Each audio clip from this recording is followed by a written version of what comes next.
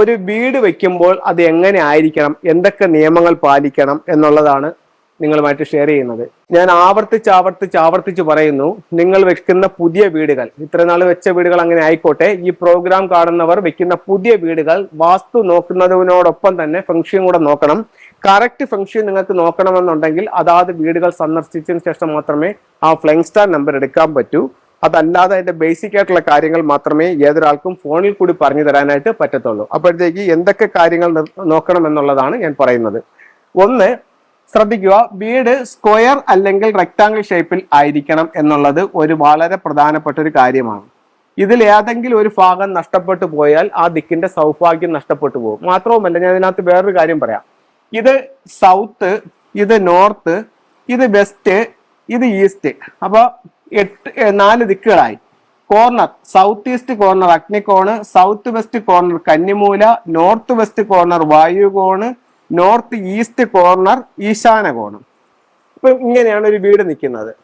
ഈ വീട്ടിൽ ഒരു വാസ്തുപുരുഷനുണ്ട് എന്ന് പറയുന്നുണ്ട്, വാസ്തുവിൽ പറയുന്നുണ്ട്. വാസ്തുപുരുഷന്റെ ശിരസ് വന്നിട്ട് വടക്ക് കിഴക്ക് ഭാഗത്തും പാദം തെക്കു പടിഞ്ഞാറ് ഭാഗത്തും വെച്ച് എല്ലാ വീട്ടിലും വാസ്തുപുരുഷൻ കിടക്കുന്നതായിട്ടാണ് വാസ്തുവിൽ പറയുന്നത്. അപ്പൊ അങ്ങനെ വരുമ്പോൾ ഈ വീടിന്റെ ഏതെങ്കിലും ഒരു മൂല നഷ്ടപ്പെട്ടു പോയെന്ന് ഇരിക്കട്ടെ. ഇപ്പം ഈ വീടിനെ സംബന്ധിച്ചിടത്തോളം തെക്ക് കിഴക്ക് ഭാഗം നഷ്ടപ്പെട്ടു പോയെന്ന് പറയുന്നത് എന്താണ്?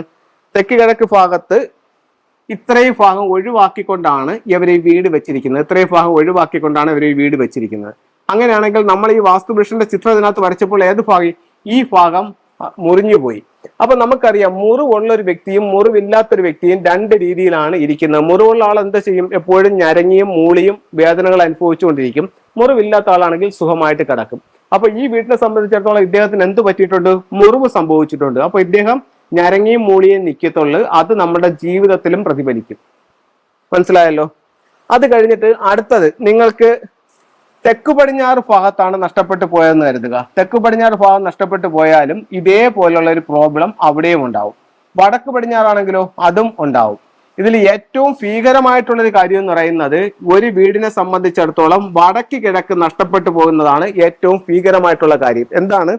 ഇപ്പൊ ഇവിടെ ആണെങ്കിൽ ഒരാളുടെ കൈ നഷ്ടപ്പെട്ടു പോയി, ഇവിടെ ആണെങ്കിൽ ഒരാളുടെ കാല് നഷ്ടപ്പെട്ടു പോയി എന്ന് കരുതുക. കൈ ഇല്ലാത്ത ആളും കാലില്ലാത്ത ആളും നമുക്കറിയാം, അവരുടെ ജീവിതത്തിൽ ഒരുപാട് പേര് അങ്ങനെ നഷ്ടപ്പെട്ടു പോയവര് ജീവിക്കുന്നതായിട്ട് നമ്മൾ കണ്ടിട്ടുണ്ട്. അതേസമയം ഇവിടെ വടക്ക് കിഴക്കാണ് നഷ്ടപ്പെട്ടു പോയെങ്കിലോ വീടിന്റെ ശിരസ് വരുന്ന, വാസ്തുപുരുഷന്റെ ശിരസ് വരുന്ന ഭാഗമാണ് നമുക്ക് വീട്ടിൽ ആ ചിത്രത്തിൽ നഷ്ടപ്പെട്ടു പോയിരിക്കുന്നത്. അപ്പൊ അങ്ങനെയാണെങ്കിൽ ഇവിടെ എന്ത് സംഭവിക്കും? ഈ വീടിന്റെ അഭിവൃദ്ധി നഷ്ടപ്പെടും. അതായത് ശിരസറ്റ വീടാ, ഈ വീടിന്റെ അഭിവൃദ്ധി പോവും.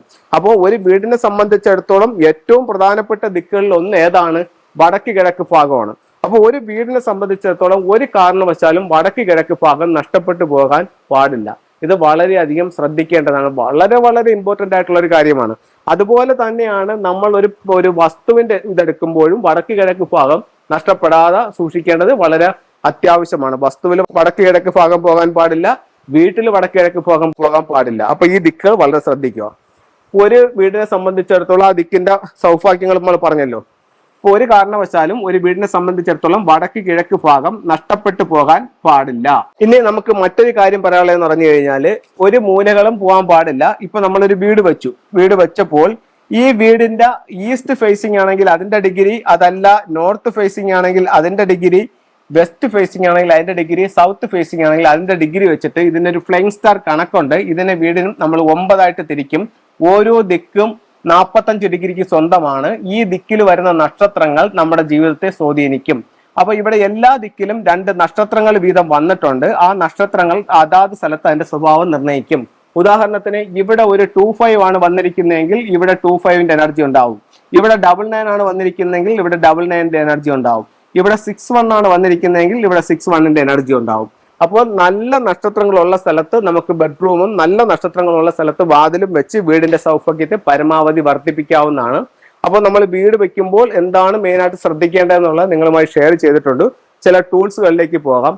ഒരു വീടിന്റെ നെടുന്തൂൺ എന്ന് പറയുന്നത് ആ വീട്ടിലെ ഗൃഹനാഥനാണ്. അപ്പൊ ഇത്തരത്തിലുള്ള ഒരു വിൻചയും നമ്മുടെ വീടിന്റെ വടക്ക് പടിഞ്ഞാറ് ഭാഗത്ത് നമ്മൾ ഹാങ് ചെയ്യുമ്പോൾ ഗൃഹനാഥന് അഭിവൃദ്ധി ഉണ്ടാവാനായിട്ട് വളരെ നല്ല ടൂളായിട്ട് ഇത് ഫെങ്ഷുയിൽ ഉപയോഗിക്കുന്നുണ്ട്. വീടിന്റെ വടക്ക് പടിഞ്ഞാറ് ഭാഗത്ത് 6 റോഡ് വിൻചയം സ്ഥാപിക്കാം.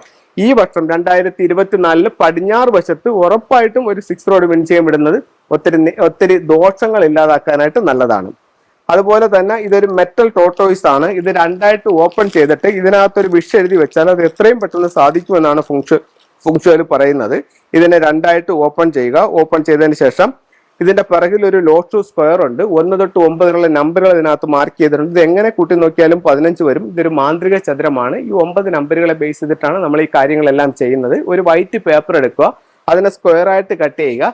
എന്നിട്ട് റെഡ് എങ്കിൽ നിങ്ങൾ ഏറ്റവും അധികം ആഗ്രഹിച്ച് നിൽക്കുന്ന കാര്യം എന്താണോ അത് ഇത്ര നാളിനകത്ത് വെച്ച് സാധിച്ചതിന് ദൈവത്തോടും പ്രപഞ്ച ശക്തികളോടും നന്ദി പറഞ്ഞുകൊണ്ട് ആ മാറ്റർ ഇതിനകത്ത് എഴുതി വെക്കുക. എന്നിട്ട് നിങ്ങളുടെ സ്വീകരണ മുറിയുടെ വടക്ക് ഭാഗത്ത് സൂക്ഷിക്കുക. ഈ ആഗ്രഹം എത്രയും പെട്ടെന്ന് സാധിക്കുന്നതാണ്. അപ്പൊ എല്ലാവർക്കും എല്ലാ ഐശ്വര്യങ്ങളും ഉണ്ടാവട്ടെ എന്ന് പ്രാർത്ഥിച്ചുകൊണ്ട് നിർത്തുന്നു. നന്ദി, നമസ്കാരം.